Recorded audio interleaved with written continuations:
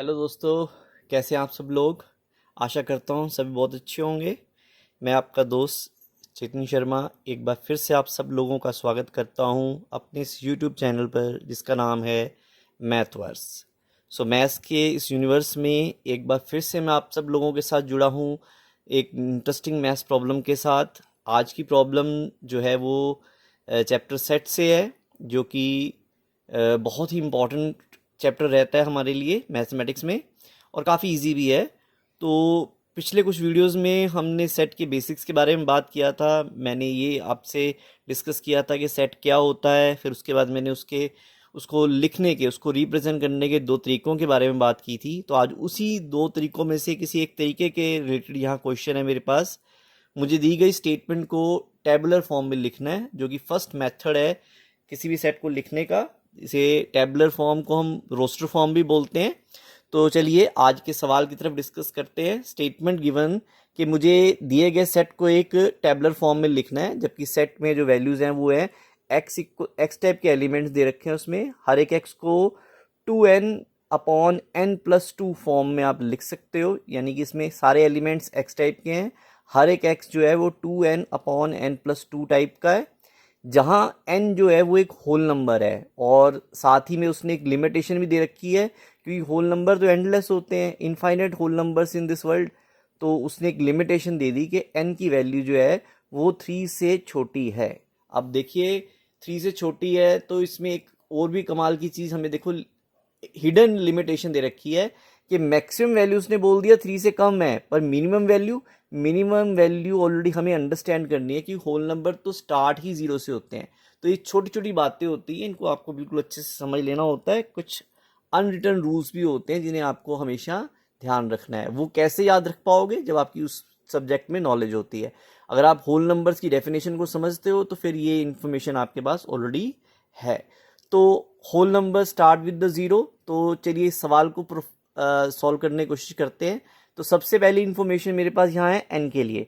तो मैं यहाँ शुरुआत कैसे करूँगा, शुरुआत में मैं सबसे पहले लिखूँगा कि मेरे पास पॉसिबिलिटीज़ क्या है, मैं क्या क्या वैल्यूज़ यहाँ पर ले सकता हूँ। तो सबसे पहले मैं लिखूँगा possible values of n are. क्या क्या पॉसिबल वैल्यूज़ मैं n की ले सकता हूँ।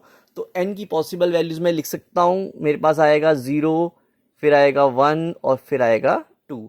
तो मेरे पास 3 ही पॉसिबल वैल्यूज़ यहाँ हो सकती हैं, और इसके अलावा पॉसिबल वैल्यूज़ नहीं है मेरे पास। किसके लिए? n के लिए। क्योंकि अगर मैं उससे ऊपर जाने की कोशिश करूँगा, अगर मैं 2 से आगे जाने की कोशिश करूँगा तो 3 आ जाएगा। 3 तो उसने लेना ही नहीं है, 3 तो उसने बोल दिया ना 3 से छोटी वैल्यूज़ लो। तो चलिए अब मेरे पास 3 वैल्यूज़ हैं, तो 1 बाय 1 ये तीनों वैल्यूज़ को मैं x की इस वैल्यू में फिल करके देखूंगा और x की क्या पॉसिबिलिटीज़ आ जाएंगी वो मैं फाइंड आउट करूंगा। तो सबसे पहले व्हेन हमारे पास क्या है, n की वैल्यू n इक्वल्स टू, जब मेरे पास 0 है, तो जब n 0 है तो x की वैल्यू कितनी आ जाएगी, तो आ जाएगा x equals to 2 multiply by 0। देखो n की जगह मैंने डाल दिया उसको 0 को। नीचे भी ऐसे करूंगा 0 + 2। तो देखो 2 को 0 से मल्टीप्लाई करेंगे तो 0 रहेगा। नीचे 0 + 2 बिकम 0। तो 0 divided by 2 we will get 0। तो पहला तो मेरे पास वैल्यू जो आ गई वो 0 आ गई। ठीक है जी। सेकंड लेंगे, अब लेंगे जब n की वैल्यू कितनी है, n इक्वल्स टू 1।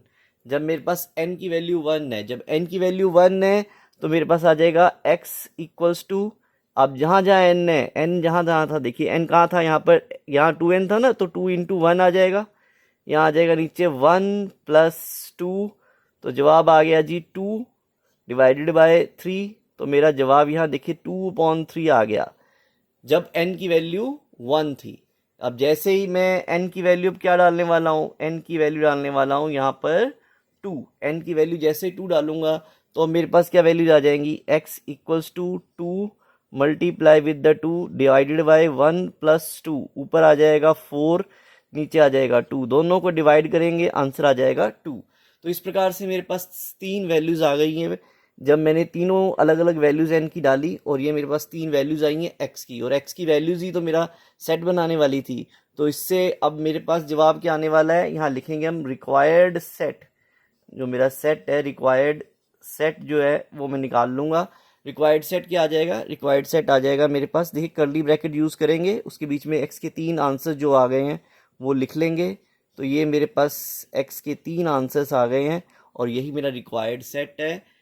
तो इस तरह से मैंने जो सेट बिल्डर फॉर्म में सेट दे रखा था उसको मैंने सिंप्लीफाई करके रोस्टर फॉर्म या टेबुलर फॉर्म में लिख लिया है, और यही मेरा आज का सवाल था।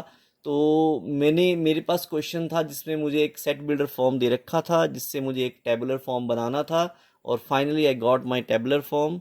तो मैं आशा करता हूँ आपको आज का सवाल काफ़ी इंटरेस्टिंग लगा होगा और समझ भी आया होगा अच्छे से। इसी उम्मीद से कि आपको इस सवाल में बहुत कुछ इंटरेस्टिंग सीखने को मिला होगा, और मैं ऐसे ही और इंटरेस्टिंग वीडियोस के साथ आप लोगों के साथ फिर से जुड़ूंगा। तब तक के लिए thank you very much, take care.